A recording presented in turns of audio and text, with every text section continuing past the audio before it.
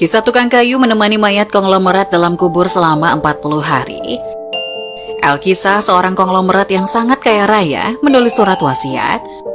Barang siapa yang mau menemaniku selama 40 hari di dalam kubur, setelah aku mati nanti, akan aku berikan warisan separuh dari harta peninggalanku.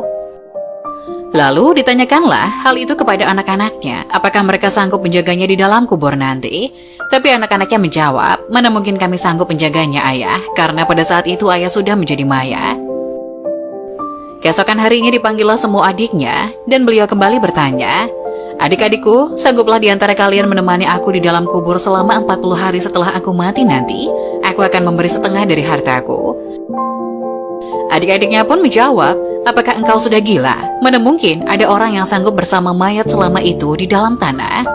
Lalu dengan sedih konglomerat tadi memanggil ajudannya untuk mengumumkan penawaran istimewanya itu ke seantero negeri. Akhirnya sampai jugalah pada hari di mana konglomerat tersebut kembali ke rahmatullah.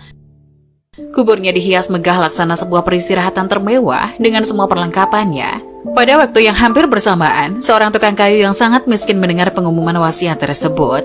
Lalu tukang kayu tersebut dengan tergesa-gesa segera datang ke rumah konglomerat tersebut untuk memberitahukan kepada ahli waris akan kesanggupannya.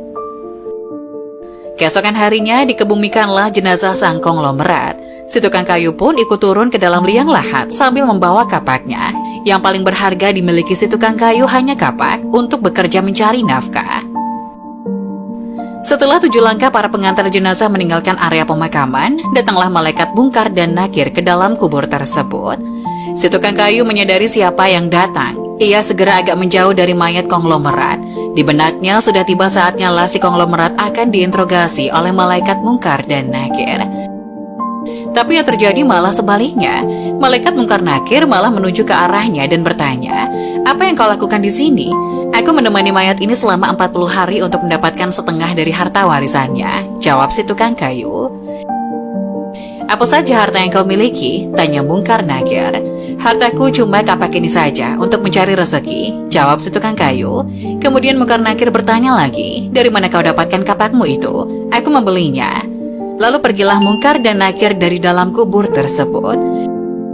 Besok di hari kedua mereka datang lagi dan bertanya, apa saja yang kau lakukan dengan kapakmu? Aku menebang pohon untuk dijadikan kayu bakar, lalu aku jual ke pasar, jawabnya. Di hari ketiga ditanya lagi, pohon siapa yang kau tebang dengan kapakmu ini? Pohon itu tumbuh di hutan belantara, jadi tidak ada yang punya. Apa kau yakin? Lanjut malaikat. Kemudian mereka menghilang. Datang lagi di hari keempat, bertanya lagi, adakah kau potong pohon-pohon tersebut dengan kapak ini sesuai ukurannya dan beratnya yang sama untuk dijual? Aku potong dikira-kira saja, mana mungkin ukurannya bisa sama rata, tegas tukang kayu. Begitu terus yang dilakukan malaikat Mungkar Nakir, datang dan pergi sampai tak terasa sekarang 39 hari sudah. Dan yang ditanyakan masih berkisar dengan kapak tersebut. Di hari terakhir yang ke-40, datanglah Mungkar dan Nakir sekali lagi bertemu dengan tukang kayu tersebut. Berkata Mungkar dan Nakir, hari ini kami akan kembali bertanya soal kapakmu ini.